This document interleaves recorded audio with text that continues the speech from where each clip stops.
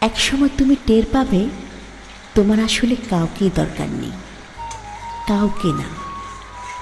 বারবার এলোমেলো হয়ে যাওয়ার পর পৃথিবীর প্রতি একরাশ অভিমান করে তুমি আস্তে আস্তে নিজেকে নিজেই গুছিয়ে নিতে শিখবে। মানুষকে নিয়ে প্রচণ্ড আশা করে সেখান থেকে পাওয়া হতাশাগুলো থেকে তুমি একাই বাঁচতে শিখবে। আজ হোক কাল হোক তুমি শিখবেই। বারবার হোঁচট খেয়ে পড়ে যাবার পরে একদিন তুমি টের পাবে তুমি কারো হাত ধরে ওঠার জন্য অপেক্ষা না করেই নিজে নিজেই উঠতে চেষ্টা করছো। তুমি টের পাবে তুমি আর আগের মতো নেই।